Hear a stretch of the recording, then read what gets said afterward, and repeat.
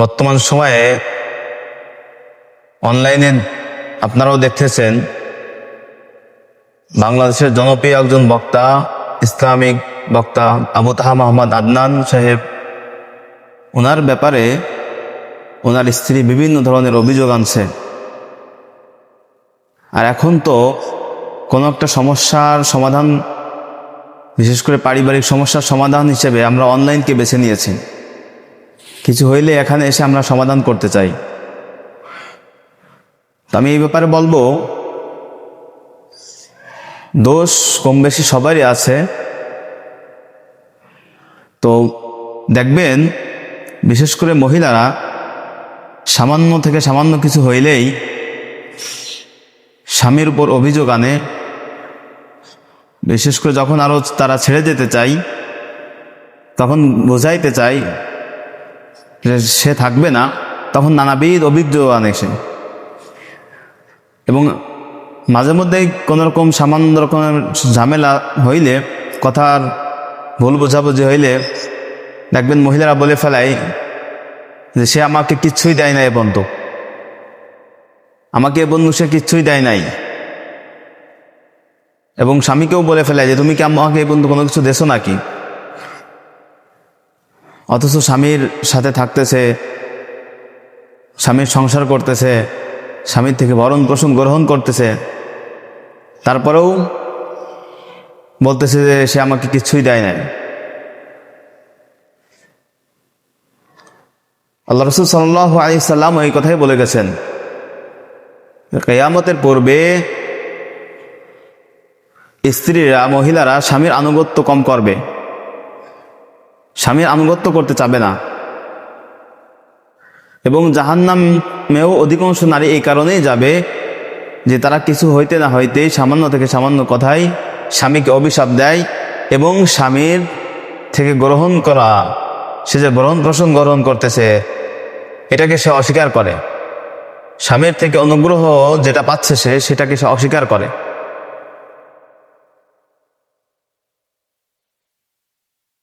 বোরকা, হাত মোজা, পাও মোজা দেখলেই দিনদার মনে করবেন না।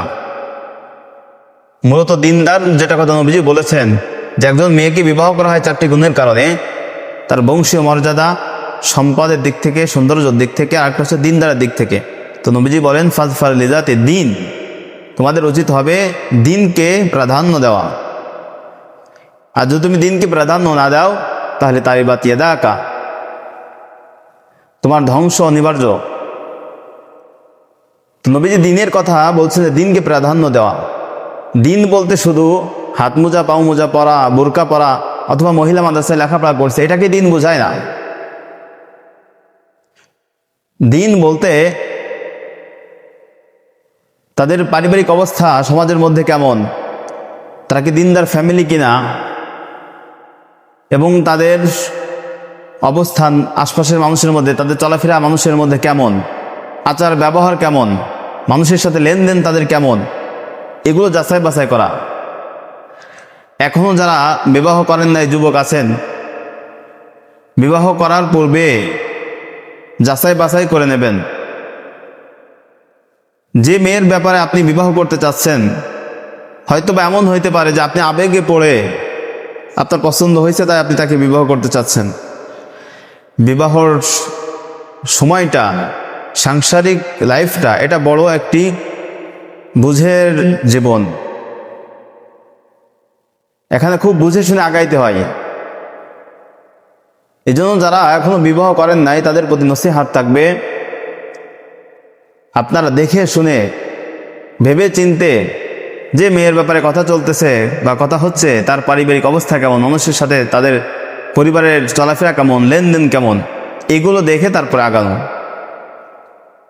তা আমরা শুরুতে যে কথাটা বলতেছিলাম, আবু তাহা মোহাম্মদ আদনান সাহেবের ব্যাপারে ওনার স্ত্রী যে অভিযোগগুলো আনছে, আমি বলতেছি না তার অভিযোগগুলো সবগুলোই সত্য, আমি আবার এটাও বলতেছি না যে তার অভিযোগগুলো সবগুলো মিথ্যা।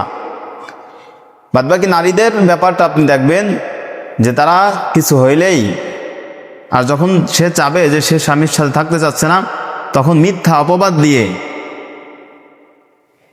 স্বামীর ব্যাপারে অভিযোগ এনে, স্বামীর চারিত্রিক সে অভিযোগ আনে, স্বামীর থেকে চলে যেতে চায়।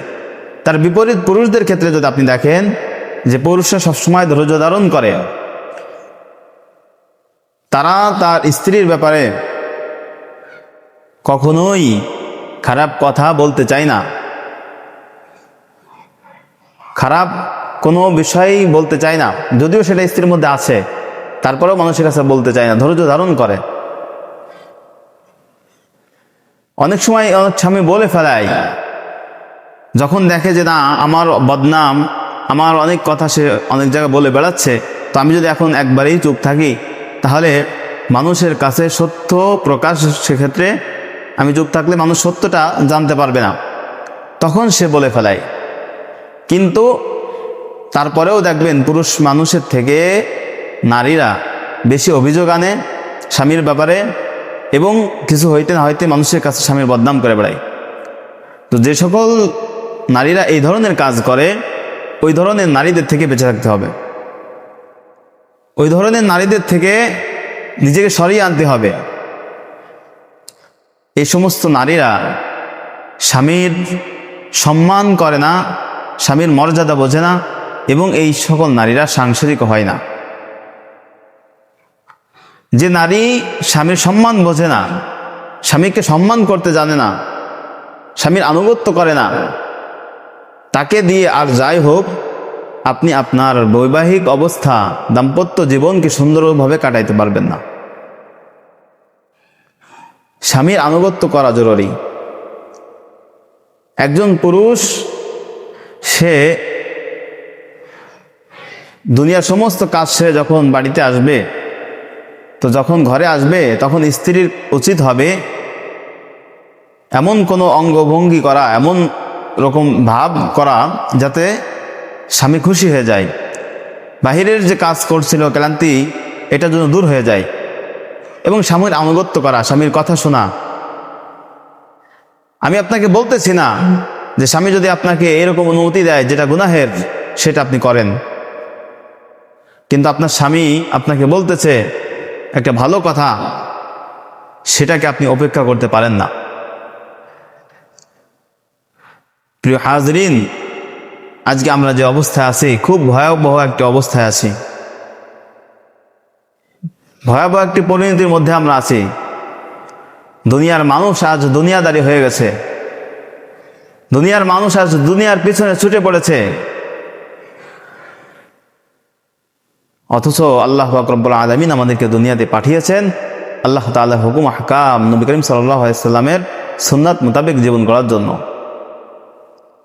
কিন্তু সেই সঠিক পথ থেকে আজ আমরা বহু দূরে। সামান্য দুনিয়াবি স্বার্থের জন্য, দুনিয়াবি কিছু সাময়িক স্বার্থের জন্য আমরা অনেক ভালো ভালো সম্পর্কগুলো নষ্ট করে ফেলি। দুনিয়ার স্বার্থের কাছে আমাদের সম্পর্কের মূল্যগুলো খুবই খুবই তুচ্ছ হিসেবে গণ্য হয়। দুনিয়ার এই স্বার্থ, দুনিয়ার এই সম্পদ, এটা খুব সীমিত সময়ে থাকবে, কিন্তু এই সম্পদ বা এই সীমিত স্বার্থের জন্য আপনি যে সম্পর্কটা নষ্ট করলেন, নষ্ট করতেছেন, এই সম্পর্ক যদি একবার নষ্ট হয়ে যায় তাহলে তার সম্পর্ক ঠিক রাখা সম্ভব হবে না, সম্পর্কটাকে আর ফিরিয়ে পাবেন না আপনি। কাজেই দুনিয়ার স্বার্থকে পাশ কাটিয়ে, দুনিয়ার স্বার্থকে সাইডে রেখে সম্পর্ককে আগে দেখতে হবে। এবং এটাই হচ্ছে এখন জমির কারণে, টাকা পয়সার কারণে ভাই বোনের মধ্যে ঝগড়া বিবাদ সৃষ্টি হচ্ছে, দ্বন্দ্ব হচ্ছে, এমন অবস্থা হচ্ছে একে অপরের সাথে মৃত্যু আগ পর্যন্ত কথা বলে না, দেখা হয় না। আপন মানুষদের সাথেই ঝগড়া হয়ে যাচ্ছে, দ্বন্দ্ব হয়ে যাচ্ছে, সামান্য রকম দুনিয়াবি সম্পদের কারণে, দুনিয়াবি অর্থের কারণে, দুনিয়াবি স্বার্থের কারণে। এইগুলোর থেকে আল্লাহ তাআলা আমাদের সকলকে বেঁচে থাকার মতো তৌফিক দান করুন। তো মহিলারা, যেটা বলতেছিলাম, মহিলারা সামান্য থেকে সামান্য কিছু হইলেই স্বামীর উপর অভিযোগ আনে।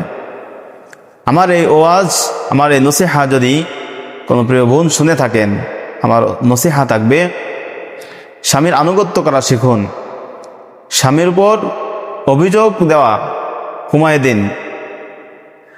কিছু হইতে না হইতে অভিযোগ দেওয়া, মানুষের কাছে বিভিন্ন কথা বলে বেড়ানো, এগুলা থেকে বেঁচে থাকুন। স্বামী যে আপন এটা আপনি একটা সময় বুঝতে পারবেন। স্বামী যখন আছে তখন তো বুঝতে পারতেছেন না যে স্বামী আপন, কিন্তু যখন স্বামীর থেকে আলাদা হয়ে দূরে চলে যাবেন, অনেকদিন থাকবেন, তখন বুঝতে পারবেন যে স্বামী কতটা আপন ছিল আপনার। এই জন্য স্বামী থাকতে স্বামীর কদর করুন। আর আমরা যে বিষয়গুলো বর্তমানে বেশি সমস্যা হয়ে গেছে, পারিবারিক বিষয়গুলোর সমাধান অনলাইনে করতে চাই। পারিবারিক বিষয়টা এমন যে এটাকে আপনি যত গোপন করতে পারবেন ততই ভালো। যতটাই নিজেদের মধ্যে রাখতে পারবেন, তিন দেওয়ালের মধ্যে রাখতে পারবেন, ততটাই ভালো। যখন এটা বাহিরে মানুষের কাছে যাবে তখন এটা সমাধান আর হবে না, ভালো সমাধান হবে না, এটা বিচ্ছেদের পর্যায়ে চলে যাবে। এই জন্য নিজেদের মধ্যে কিছু হইলে এটা নিজেদের মধ্যে রাখাই উত্তম। তা আবু তাহা মোহাম্মদ আদনান সাহেব যে ঘটনার সম্মুখীন হয়েছেন, পরবর্তীতে জানতে পারছে যে ওনাদের বিচ্ছেদ হয়ে গেছে, আলাদা হয়ে গেছেন। এখন আর আমরা এই বিষয়ে কোনো কথা বলবো না, এই বিষয়ে আমাদের এখন কথা বলাও কোনো উচিত হবে না। কারণ উনি ওনার একটা পোস্টে বলেছেন যে যখন আমার সাথে তার কোনো সম্পর্ক থাকবে না, তো সে বিভিন্ন কথা বললে আপনারা এটা নিয়ে কোনো কথা বলবেন না। কারণ যখন তার সাথে আমার সম্পর্ক নাই, তখন আর তার ব্যাপারে আমি কোনো কথা বলার অধিকার রাখি না। তিনি তেনার পক্ষ থেকে এটা বলে দিয়েছেন। এই জন্য আমরা এই বিষয়ে আর কথা বলবো না। আল্লাহ পাক রব্বুল আলামিন আমার সকলকে আমল করার তৌফিক দান করুন। আমিন।